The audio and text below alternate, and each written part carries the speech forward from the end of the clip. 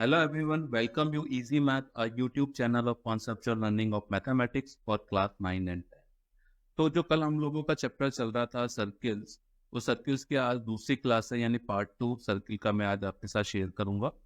और इस क्लास के बाद ये सर्किल वाला चैप्टर दोनों क्लासेस के अंदर खत्म हो जाएगा। तो जिन लोगों ने कल का वीडियो नहीं देखा सर्किल पार्ट 1 का, तो पहले वो देख ले क्योंकि सारा वीडियो क्या कनेक्टेड है, क्योंकि एक ही चैप्टर के दोनों पार्ट है ये। ठीक है, तो कल का देख ले, फिर वो आज सर्किल जो पार्ट 2 है वो आज देख ले। ठीक है, और जैसे कि मैं हर तरह के वीडियो के अंदर जो क्रैश कोर्स प्रोग्राम में मैंने डाला है वो क्या है, कॉन्सेप्चुअल थ्योरी है यानी टेक्निकल पार्ट है, पूरा फंडामेंटल पार्ट है, एंड उसके अलावा उसकी एप्लीकेशन है जो कि क्वेश्चंस के फॉर्म में है। ठीक है, और इसमें हम हर तरह के क्वेश्चन यहाँ पे डिस्कस कर रहे हैं। 1 मार्क के एमसीक्यू हो या 2 मार्क एसएटी हो, 3 मार्क एसएटी हो या एलएटी हो, केस बेस्ड हो, जैसे कि आपके एग्जाम में आते हैं। ठीक है, तो ये वीडियोस इसलिए आप लोगों के लिए इंपॉर्टेंट है क्योंकि ये एक प्रैक्टिस का जरिया है और कॉन्सेप्ट को क्लियर करने का एक तरीका है यहाँ पे। ठीक है, तो मैं आज का वीडियो स्टार्ट करता हूँ। तो सबसे पहली चीज है कॉन्सेप्चुअल थ्योरी। कॉन्सेप्चुअल थ्योरी में पहला पार्ट है distance of A line from A point. ठीक है ना, यानी जो पहला इसका पॉइंट है कॉन्सेप्चुअल थ्योरी में जो आज हम पढ़ रहे हैं वो है distance of A line from A point.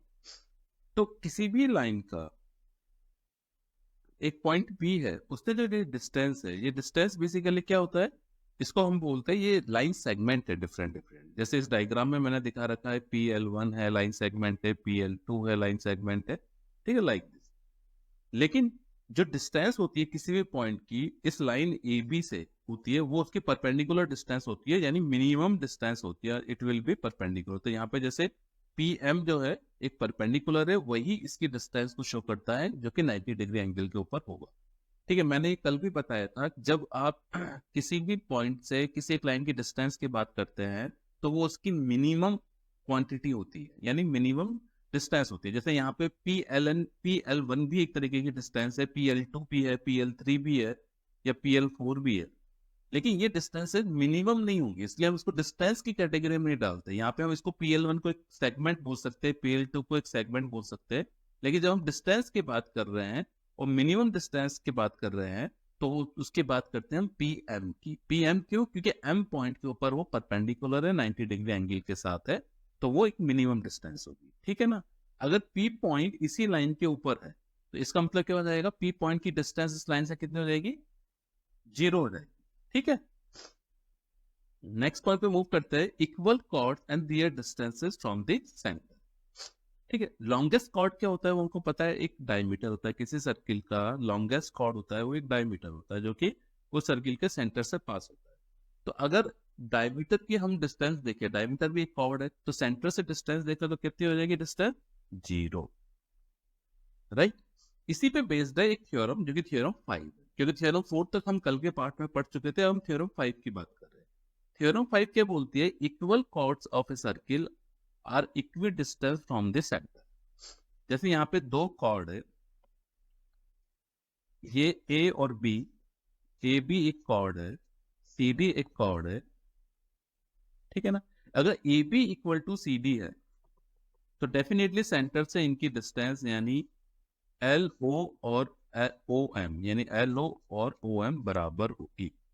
ठीक है ना, और ये डिस्टेंस की बात करें तो डेफिनेटली ये 90 डिग्री एंगल पे होंगे।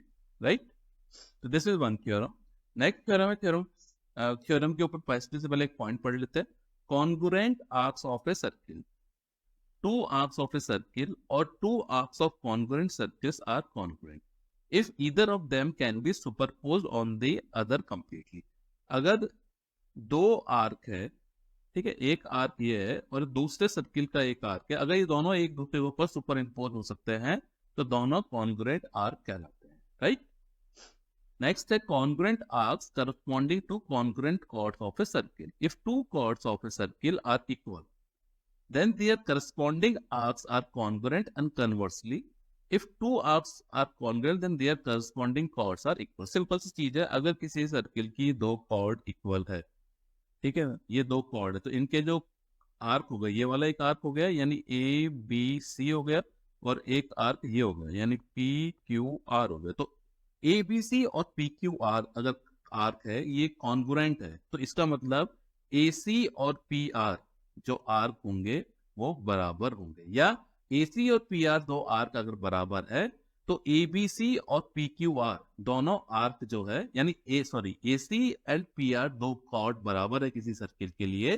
तो पीक्यूआर एंड एबीसी दोनों आर्क भी बराबर होंगे, ठीक है ना, या कॉन्ग्रुएंट होंगे। सिंपल, दो आर्क अगर कॉन्ग्रुएंट है एक ही सर्किल में तो करस्पॉन्डिंग जो कॉर्ड है वो बराबर होंगे, या दो कॉर्ड अगर एक ही सर्किल में इक्वल है तो करस्पॉन्डिंग जो आर्क है वो कॉन्ग्रुएंट होंगे, ठीक है। नेक्स्ट है relation between the angle subtended by an arc at the centre and at a point on the circle.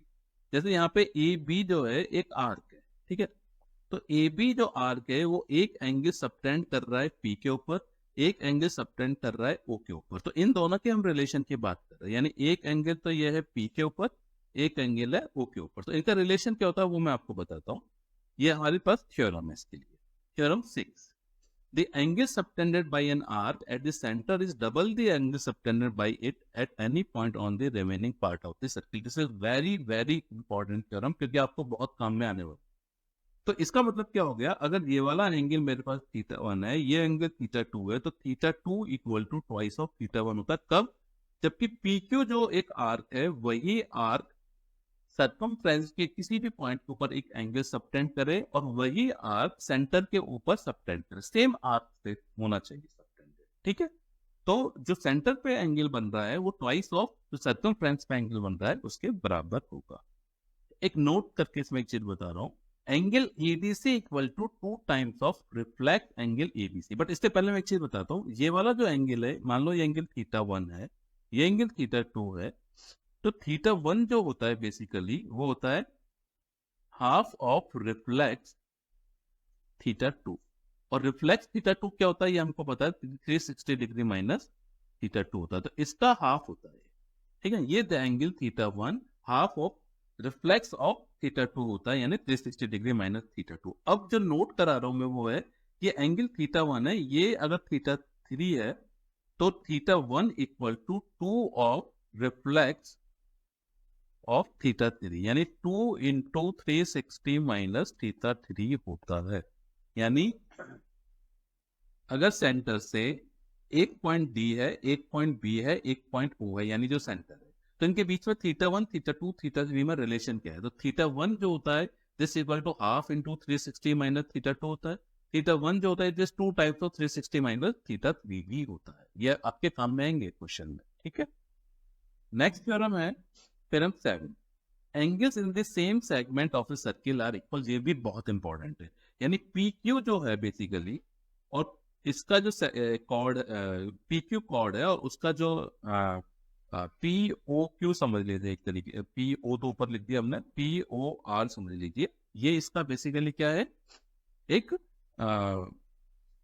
ये है, ये जो है बेसिकली आर्क है। तो ये जो सेगमेंट है पी आर क्यू, ये सेगमेंट सर्कमफ्रेंस के ऊपर कहीं भी एंगल बनाता है वो बराबर होंगे, यानी ये एंगल थीटा 1 और ये एंगल थीटा 2 ऑलवेज बराबर होंगे अगर सेम ही सेगमेंट से बनते हैं तो। This is theorem 7। थ्योरम 8 क्या है, एंगल इन, ये इसका मैं यूज लास्ट क्लास में भी कर चुका हूं, angle in a semi circle is always right angle. Semi circle के अंदर इस तरह का कोई एंगल बनता है तो राइट एंगल होगा, यानी 90 डिग्री होगा ऑलवेज, ठीक है। नेक्स्ट पे आते हैं साइक्लिक क्वाड्रिलेटरल के ऊपर आते हैं। साइक्लिक क्वाड्रिलेटरल क्या होता है, अगर 4 पॉइंट है किसी क्वाड्रिलेटरल के, जैसे यहाँ पे मैं शो कर रहा हूँ ए बी सी डी, ये चारों पॉइंट एक ही सर्किल से पास हो रहे हैं, यानी कौन साइक्लिक है, कौन साइक्लिक है, then this type of quadrilateral is called cyclic quadrilateral, quadrilateral, ठीक है।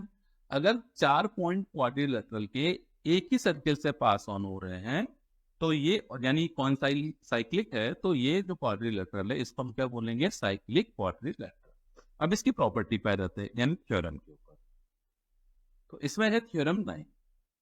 थ्योरम 9 क्या बोलती है कि किसी भी साइक्लिक क्वाड्रिलेटरल के लिए this angle plus this angle, यानी angle A plus angle C जो होता है 180 डिग्री होता है, angle B plus angle D होता है वो भी 180 डिग्री होता है, और क्वाड्रिलेटरल के सारे एंगल का सम कितना होता है, 360 डिग्री होता है, राइट। इसका कन्वर्स थ्योरम भी है। कन्वर्स थ्योरम क्या है, इसको रेस कर रहा हूं, कि अगर ये एंगल अपोजिट एंगल से 180 डिग्री का सम है तो इट मीन्स ये है कि वो क्वाड्रिलेटरल साइक्लिक क्वाड्रिलेटरल होगा, राइट। अब ये थ्योरेटिकल पार्ट जो है, फंडामेंटल पार्ट, ये खत्म हो गया है। इससे किसी को कोई कंफ्यूजन हो तो मुझसे क्वेश्चन पूछ लेना।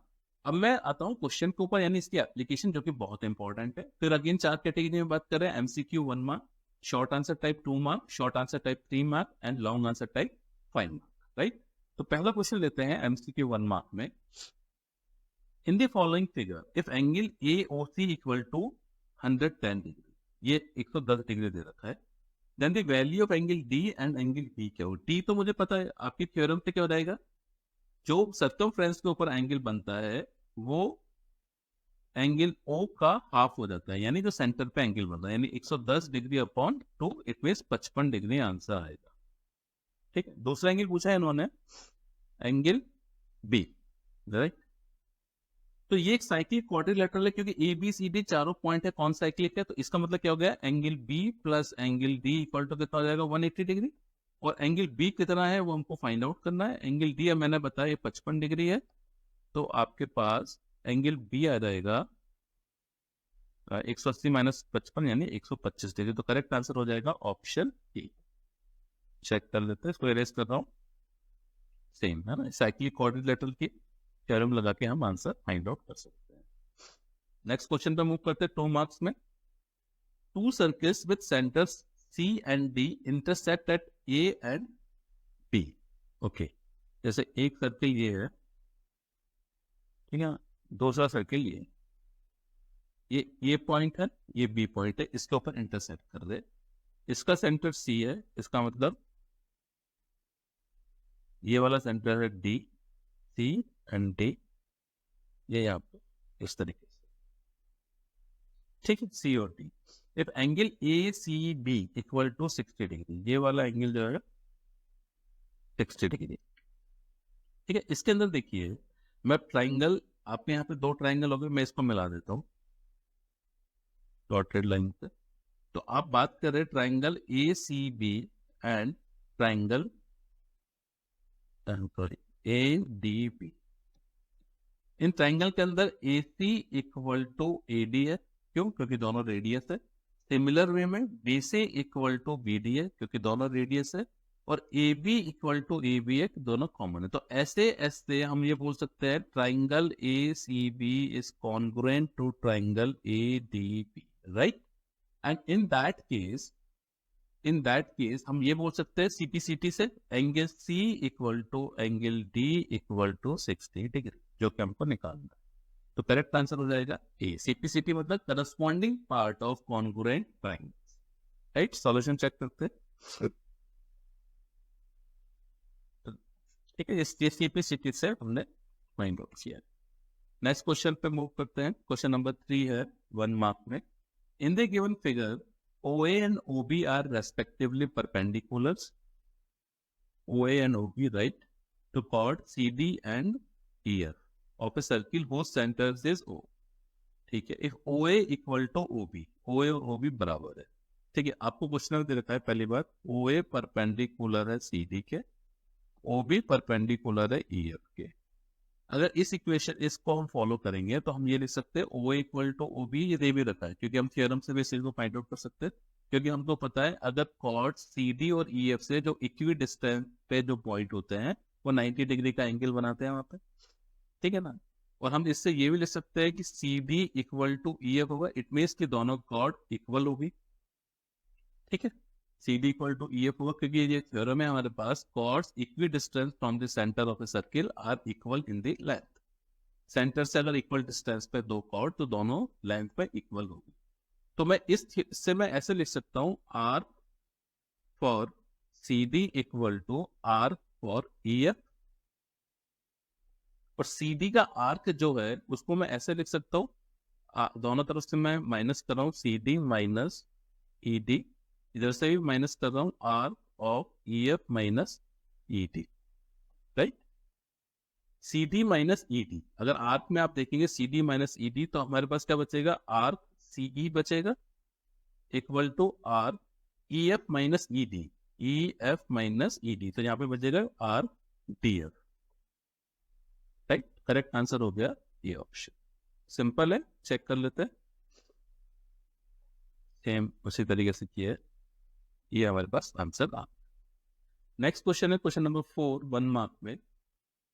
In figure PQ is a chord of a circle with center O and PT is its tangent at P. If angle QPT equal to 60 degree, then PRQ निकालना है। मैं इसको यहाँ से मिला देता हूँ, ठीक है। अब आपको एंगल QPT आपको दिया हुआ है, angle QPT equal to 60 degree given है, ठीक है। QPT, ओके, तो ये वाला एंगल हो गया 60 डिग्री, ये 60 डिग्री आपको गिवन है, ठीक है ना। अगर मैं यहाँ पर PT आपके पास टेंजेंट है, तो अगर PT टेंजेंट है तो मैं ये कह सकता हूँ OP जो है परपेंडिकुलर है PT के, और OP परपेंडिकुलर है, तो एंगल OPT जो है वो 90 डिग्री हो गया। तो इसका मतलब क्या हो जाएगा, एंगल OPQ क्या जाएगा, 90 डिग्री माइनस 60 डिग्री यानी 30 डिग्री। तो ये वाला एंगल आपके पास क्या आ गया, 30 डिग्री हो गया। सिंस की OP इक्वल टू OQ है, क्योंकि क्या है एक तरीके का ये दोनों रेडियस है ट्राइंगल के, तो आइसोस्सेलेस ट्राइंगल हो गया। इन दैट केस ये वाला जो एंगल है ये भी 30 डिग्री हो गया, राइट। हमको निकालना क्या है, PRQ, ओके, ये वाला एंगल निकालना है, दिस इज थीटा, ठीक है। ये 30 डिग्री हो गया, 30 डिग्री हो गया, तो ये वाला एंगल क्या हो जाएगा, this implies angle O equal to क्या हो जाएगा, 180 माइनस 30 यानी 120 डिग्री आ गया एंगल, राइट, ठीक है। और अब आप थ्योरम से आ जाओ। थ्योरम से हमको क्या बोलता है, एंगल R निकालना है, angle R equal to half of reflex of angle हो जाएगा। मैंने बताया था अभी आपको नोट में जो बताई थी चीज, तो half into reflex of angle O मतलब 360 माइनस 120 डिग्री यानी हाफ इंटू 240, तो एंगल R कितना हो जाएगा, 120 degree is the correct answer. Option C check करते हैं, देखिए ऑप्शन सी यानी 120 डिग्री करेक्ट आंसर हो। तो ये 1 मार्क में अभी चारों क्वेश्चन मेरे खत्म हो गए। अब नेक्स्ट कैटेगरी में आते हैं question 2 marks question, right. 2 marks में सबसे पहला क्वेश्चन है मेरे पास, in the following figure C and D are points on the semicircle inscribed on AB as diameter. देखिए ABCD जो चारों पॉइंट है एक तरीके से ये क्वाड्रिलेटरली बना रहे हैं, जो कि क्या है, साइक्लिक क्वाड्रिलेटरल है, ठीक है ना, ये तो हमको पता है। Angle DAC equal to 35, okay, then what will be value of BDC, okay, ये वाला एंगल हमको फाइंड आउट करना है। ये मैं थीटा मान लेता हूँ, तो मैं एक तरीके से कह सकता हूँ angle A plus angle theta equal to 180 degree होगा, क्योंकि ये क्या है, साइक्लिक क्वाड्रिलेटरल है। ये 75 है, तो मैं ये भी कह सकता हूँ angle B plus angle C भी 180 डिग्री होना चाहिए। B दे रखा है 75, तो एंगल C कितना होगा, 180 माइनस 75 यानी 105 डिग्री हो गया। तो ये वाला एंगल मेरे पास 105 डिग्री आ गया, राइट, ओके। इससे कुछ हेल्प मिलेगी क्या, 105 आ गया, कुछ बहुत हेल्प नहीं मिल रही, ओके, कोई नो इशू। अब एंगल ठीक है, अब मुझे अगर मैं ये वाला एंगल फाइंड आउट कर लूँ तो मुझे हेल्प थोड़ी सी मिल जाएगी, तो ठीक है। सेमी सर्किल में मुझे पता है कि जो एंगल D है, ये वाला एंगल है, ये 90 डिग्री होगा। तो इसका मतलब जो एंगल DAB इक्वल टू क्या रहेगा, 180 डिग्री माइनस 90 माइनस 75, तो ये 15 डिग्री आ जाएगा। ये 15 डिग्री आ गया मेरे पास। मुझे क्या निकालना है, BDC, टेन BDC, ओके। तो ये 15 डिग्री आ गया मेरे पास। तो एंगल इसी जाएगा, तो एंगल थीटा क्या रहेगा, 180 डिग्री माइनस 35 प्लस 15 यानी 50 यानी 130 डिग्री। 130 डिग्री मेरे पास करेक्ट आंसर आ जाएगा। सॉल्यूशन चेक करते हैं, 130 डिग्री, राइट। नेक्स्ट क्वेश्चन पे मूव करते हैं। क्वेश्चन नंबर सेकंड है 2 मार्क्स में, in the given figure what will be the value of angle CBA यानी ये एंगल पूछा इन्होंने थीटा, ठीक है, सी बी। अगर मैं इसमें देखूं ए पी क्यू सी ए, ये बेसिकली क्या है, एक साइक्लिक क्वाड्रिलेटरल है। ठीक है, तो इट मीन्स ये हो गया जो एंगल पी है वो 105 डिग्री होगा, ये वाला सिर्फ, क्योंकि एंगल पी प्लस एंगल जो ये है सी, वो 180 डिग्री होना चाहिए, तो 105 डिग्री हो जाएगा। ठीक है ना। अब मैं बात कर रहा हूँ अगर मैं इससे देखूं, ए पी आर में देखूं, ए पी आर, ठीक है, ए पी आर में मेरे पास एक एंगल ये वाला है, और ये वाला एंगल भी 105 डिग्री हो जाएगा। नहीं नहीं, 105 नहीं होगा।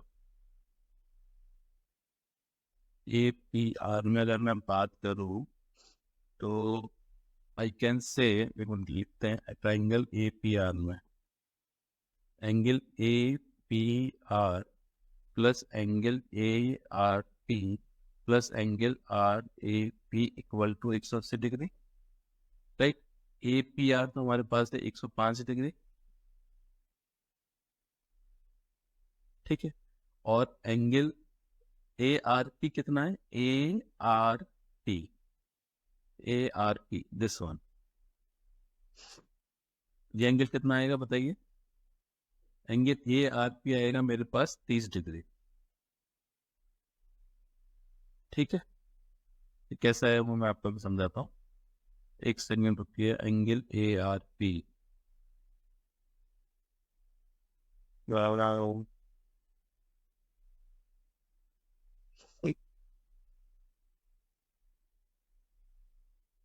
इसमें ए आर पी अगर मेरे पास 30 डिग्री है तो plus angle R A P equal to 180 degree, तो एंगल आर ए पी कितना आ जाएगा, R A P equal to आ जाएगा मेरे पास 45, और 105 प्लस 30 135, यानी 45 डिग्री। तो ये मेरे पास 45 डिग्री आ गया। ठीक है ना, बस अब तो दूसरा तो निकल ही जाएगा। अच्छा, ये यहाँ पे क्या है, थोड़ा सा क्वेश्चन में कर रहा है, ये एंगल गिवन है जैसे 30 डिग्री, ये गिवन है क्वेश्चन में, angle A R P equal to 30 degree, right. ये क्वेश्चन में मिसप्रिंट है, 30 डिग्री है। तो अब मेरे पास ये अब ट्राइंगल ले लो आप, ए सी बी, ठीक है ना, इसके अंदर 45 degree plus 75 degree plus theta equal to 180 degree, वही एंगल सम प्रॉपर्टी से थीटा इक्वल टू जाएगा 60 डिग्री, ये आंसर है, राइट। थोड़ा सा इसमें मिसप्रिंट हो गया, वो एंगल दिया हुआ 30 डिग्री, एक बार रेस कर रहा हूँ, देखिए ऐसे किया है, ये वाला एंगल 30 डिग्री के बना रिमेंबर, ठीक है। नेक्स्ट क्वेश्चन पे मूव कर, 60 डिग्री आंसर आ गया। नेक्स्ट क्वेश्चन पे मूव करते हैं, क्वेश्चन नंबर 3।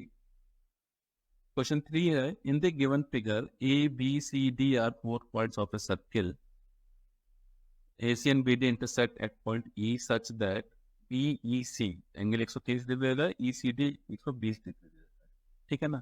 देखिए, जो एंगल BEC दे रखा है, एंगल BEC एक तरीके का एक्सटीरियर एंगल है, कौन से ट्राइंगल के लिए, ट्राइंगल EDC के लिए।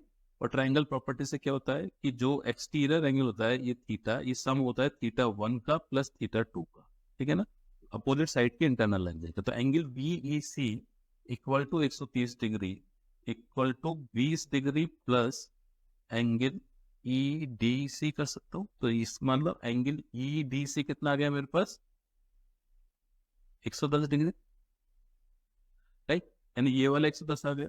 और अगर सेम सेगमेंट एंगल की बात करें तो एंगल EDC जो भी आया वो इसके बराबर होगा एंगल BAC के, राइट। और हमको क्या करना, BAC फाइंड करना है, यानी ये भी 110 डिग्री एंगल, क्योंकि हमने ये थ्योरम प्रोडक्ट किया कि एक ही सेगमेंट से अगर दो एंगल हमने सर्कमफ्रेंस के ऊपर बना रखे हैं तो दोनों एंगल बराबर होते हैं, राइट। नेक्स्ट क्वेश्चन पे मूव करते हैं, question 3। Question 4, in the given figure angle POR is 110 degree, find the angle PQR। Okay, ये तो सिंपल क्वेश्चन है। एंगल PQR क्या हो जाएगा, एंगल PQR हो जाएगा हाफ ऑफ, अभी मैंने बताई थी property, reflex of angle O, तो half of reflex of angle 360 minus 110 degree, यानी half into 250 is equal to 125 degree answer. Check कर लेते हैं सोल्यूशन। 125 degree correct answer. ठीक है, next question, question number 5। In the given figure if POQ equal to 80 degree then find PAQ and PCQ। Okay, ये θ1 हमको निकालना है और ये θ2 हमको फाइंड आउट करना है। तो बहुत सिंपल क्वेश्चन है। तो एंगल, ये हमको पता है प्रॉपर्टी से, किसी भी तरह के जो सेंटर पे एंगल बनाए, सर्कमफ्रेंस पे जो एंगल है वो उस सेंटर के एंगल का हाफ होता है। तो you can say angle PAQ equal to angle angle P से Q equal to half of angle O, और एंगल O कितना है 80 डिग्री, हाफ इंटू 80 यानी 40 डिग्री आंसर आ जाए। बहुत सिंपल क्वेश्चन है, सॉल्यूशन चेक कर लेते हैं। तो सभी में देखें तो मैंने आपको बताया था कि थ्योरम बहुत इंपॉर्टेंट है, इसका आपको ध्यान रखना है। ठीक है, द नेक्स्ट क्वेश्चन लेते हैं, 6th क्वेश्चन 2 मार्क्स का। In a cyclic quadrilateral if angle A equal to, ये देता है हमको पता है साइक्लिक के अंदर angle A plus angle C equal to 180 degree होता है। तो एंगल ए आपको दे रखा है 3 times of angle C plus angle C equal to 180 degree. इसका मतलब एंगल सी कितना हो जाएगा 180/4 यानी 45 डिग्री। तो एंगल ए कितना हो जाएगा, angle A equal to 3 into 45 degree यानी 135 डिग्री हमारे पास आंसर आ जाएगा। 135 ये हो जाएगा, 45 ये हो जाएगा, दोनों का सम 180। चेक करते हैं सॉल्यूशन, 135 डिग्री आंसर आ गया। ठीक है, अब मूव करते हैं नेक्स्ट कैटेगरी के ऊपर, यानी 3 marks category STT short answer type 3 marks question. उसका पहला क्वेश्चन है, prove that the angle subtended by an arc at the center is double the, अच्छा जो अपनी थ्योरम है, double the angle subtended by it at any point on the remaining part of the circle। मैं यहाँ पे एक circle draw कर लूं, ठीक है ना। इस सर्कल का ये सेंटर है O, ये एक पॉइंट बनाया P, ठीक है ना, एंड यहाँ एक पॉइंट बनाया मैंने A B, ठीक है। ये यहाँ से मिलाई लाइन, ये यहाँ पे लाइन, ठीक। दिस पॉइंट इज O और इसी को मैं आगे एक्सटेंड कर देता हूं, दिस इज D पॉइंट, ठीक है। अब यहाँ पे सेंटर जो है सर्किल का वो O है, आर्क जिसकी बात कर रहा हूं वो आर्क कौन सा है, ACB, ठीक है।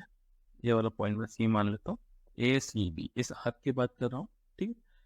जो एंगल कौन से बन रहा है, एक एंगल बन रहा है APB बन रहा है, दूसरा एंगल बन रहा है AOB, यानी APB and AOB, angle APB और एंगल AOB। तो हमको ये प्रूव करना है 2 times of angle APB sorry equal to angle AOB, it has to be prove, right. ये हमने यहाँ पे बना दिया। यहाँ पे देखिए एंगल AOD क्या है, this equal to angle OAP plus angle APO लिख सकता हूं मैं। एक्सटीरियर एंगल प्रॉपर्टी से दोबारा बता देता हूँ, एंगल AOD यानी ये एंगल की बात कर रहा हूं मैं, AOD। एक्सटीरियर एंगल की प्रॉपर्टी से लिख सकता हूँ एंगल OAP, ठीक है ना, यानी ये वाला angle internal, plus angle APO यानी दिस वन एंगल, ठीक है ना, लिख सकता हूँ। This implies angle AOD equal to angle APO plus angle APO again, क्योंकि हमको पता है एंगल OAP जो है वो बराबर होगा एंगल APO के। क्यों बराबर होगा, क्योंकि OA इक्वल टू OP है, यानी दोनों रेडियस है। इसका मतलब ये आइसोसेलेस ट्रायंगल हो गया। In that situation angle OAP equal to angle APO है, राइट। तो दिस इंप्लाइज हो जाएगा angle AOD equal to 2 times of angle APO, right. एक चीज तो ये हो गई। सिमिलरली मैं दूसरे उसमें कर सकता हूँ सेगमेंट में, angle D O B equal to angle O P B plus angle O B P कर सकता हूँ, और इसको मैं ऐसे लिख सकता हूँ एंगल ओ पी बी, क्योंकि दोनों बराबर होंगे, अगेन दिस एंगल और दिस एंगल बराबर होंगे, वही सेम रेडियस है, ठीक है। तो एंगल ओ पी बी, तो this implies angle D O B equal to 2 times of angle O P B, ठीक, एक इक्वेशन ये हो गई, राइट, एक इक्वेशन। अब इन दोनों को सम कर देता हूं, तो angle A O D plus angle D O B equal to 2 times of angle A P O plus angle O P B. अब ए ओ डी और डी ओ बी इन दोनों को अगर मैं ज्वाइन करूंगा तो क्या हो जाएगा, एंगल ए ओ बी हो जाएगा, ठीक है। और एपीओ और एपीबी को और ओपीबी को मैं अगर क्लब करूंगा तो ये क्या हो जाएगा, 2 times of angle A P B हो जाएगा, तो ये hence true, right. This is first question है, सॉल्यूशन चेक कर लेते हैं।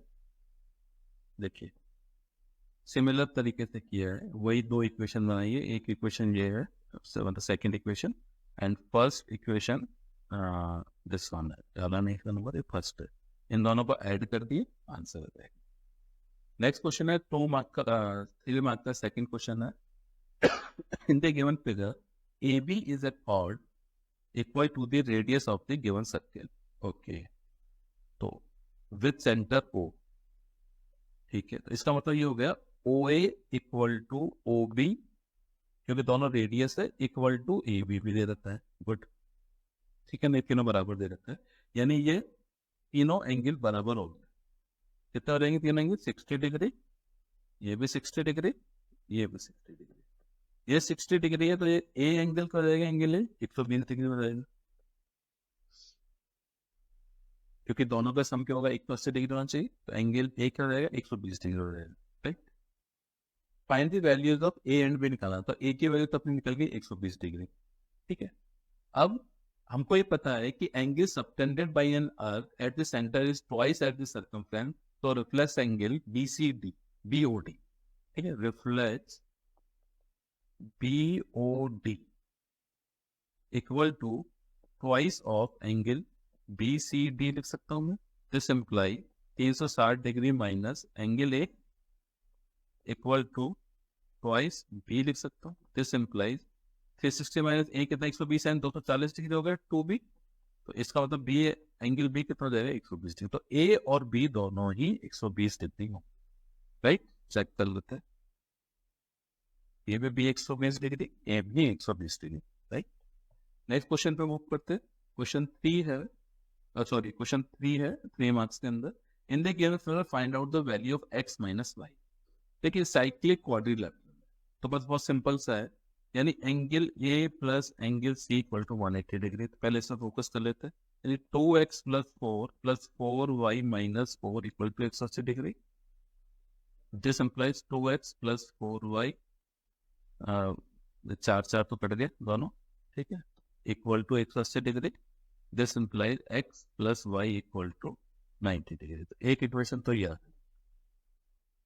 ठीक है ना, x plus y equal to, check कर लेता हूँ, x plus 2y, sorry x plus 2y equal to 90 degree. दूसरा लेते हैं, angle b plus angle d equal to 180 degree, तो x plus 10 plus 5y plus 5 equal to 180 degree, this implies x plus 5y equal to 15 minus कर दें 165 degree, तो ये हो गया 2। अब इसमें से 2 माइनस 1 कर देते हैं, इक्वेशन 2 माइनस 1, तो x x कैंसिल कर लेना, 3y इक्वल टू 165 माइनस 90, तो 65 और 10 75, सो y इक्वल टू 25 डिग्री आ गया हमारे पास, ठीक है ना, और इसको 25 रखेंगे, y की वैल्यू 50, तो x की वैल्यू रहेगी 40 डिग्री, सो x माइनस वाई कितना बचा, 40 माइनस 25 यानी 15 डिग्री, तो आंसर आ जाएगा 15 डिग्री, चेक करते हैं 15, ठीक है। तो 3 मार्क्स के तीनों क्वेश्चन कंप्लीट हो गए। नेक्स्ट कैटेगरी में मूव करते हैं 5 मार्क क्वेश्चन। 5 मार्क का पहला क्वेश्चन है, in the given figure AB and CD are two chords. AB and CD are two chords of a circle with center O intersecting each other at point E. Okay. Prove that angle AEC, AEC, अच्छा ये छोटा सा जो angle है, okay, is equal to half of angle subtended by an arc CXA at the center plus angle subtended by arc DYB at center. Okay. तो मैं एक काम करता हूँ, इसी डायग्राम में थोड़ा ड्रॉ कर लेता हूँ, इसको यहाँ से मिला देता हूँ, ठीक है, एक चीज इसको यहाँ से मिला देता हूँ, इसको यहाँ कंप्लीट हो जाएगा ये भाई, ये हो गया, ये वाला एंगल आ गया, एंगल ओ जिसको बोल सकते हो, एंगल ई वाला छोटा सा एंगल आ गया, ठीक है, ये मैंने मिला। अब हमको क्या दे रखा है, सिंस एंगल सबटेंडेड, आपको एक पता है थ्योरम है हमारे पास, since angle subtended by an arc at the centre is twice the angle made at remaining circle, तो मैं लिख सकता हूँ एंगल AOC, ठीक है ना, AOC equal to twice of angle ABC, ठीक, दिस इज इक्वेशन होगा। सिमिलर वे में मैं लिख सकता हूँ एंगल DOB, दूसरी साइड के लिए बात कर रहा हूँ, DOB equal to twice of angle DCB, right, तो ये हो गई इक्वेशन। अब इन दोनों इक्वेशन को मैं ऐड कर देता हूँ, तो this implies angle AOC plus angle DOB equal to, two common ले लूं, angle ABC plus angle DCB, right, कोई प्रॉब्लम नहीं है। इसको इक्वेशन बोलता हूं थर्ड इक्वेशन। अब ट्राइंगल CEB की बात करो, CEB, सॉरी, ट्राइंगल CAB,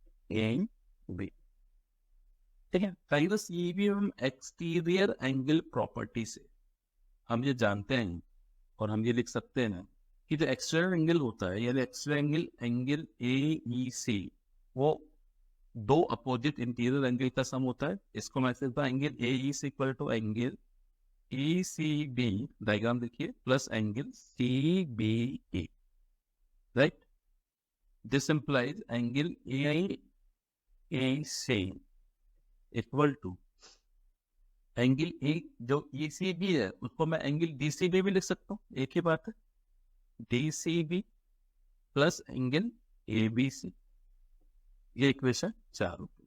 अब 3 और 4 से क्या नहीं, right, angle AOC plus angle DOB equal to twice of angle AEC, इसका मतलब angle AEC equal to half of angle TOA plus angle DOP, जो कि हमको यहाँ दिया हुआ है, half of angle subtended by an arc CXA, CXA से जो एंगल बन रहा है वो कौन सा हो जाएगा, COA हो जाएगा, और angle subtended bye DYB, DYB से जो बन रहा है वो एंगल हो जाएगा आपका DOP, राइट, तो यही क्वेश्चन हो, ठीक है, तो चेक कर लेते हैं सॉल्यूशन।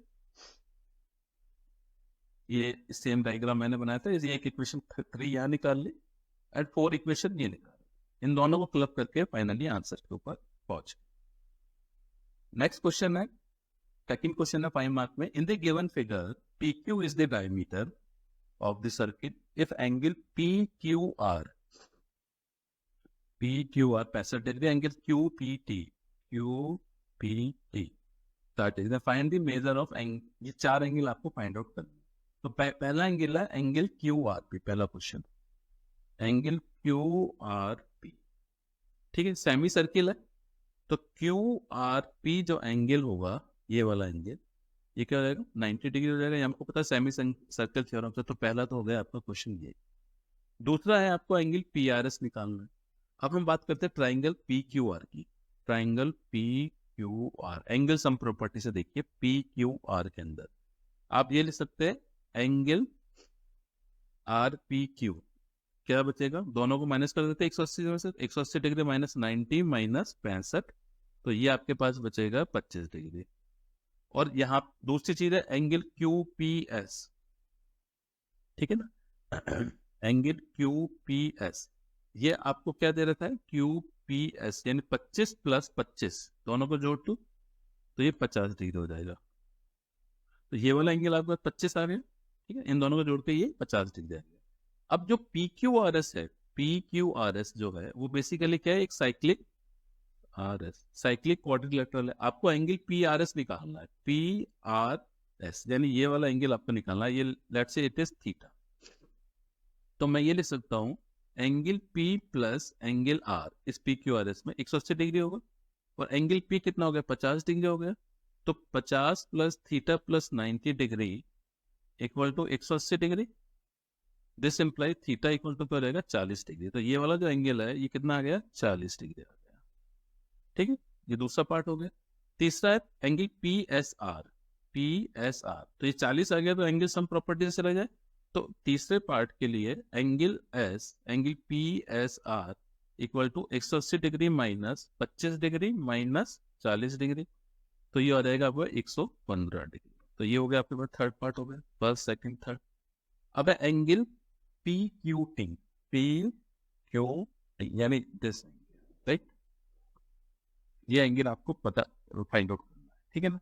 एंगल PTQ, देखिए चौथा में आ जाता हूँ, एंगल PTQ ये हमको पता है 90 डिग्री है, ठीक है ना। क्यों वो है 90 डिग्री, क्योंकि सेमी सर्कल के अंदर ये एंगल 90 डिग्री होता है थ्योरम से।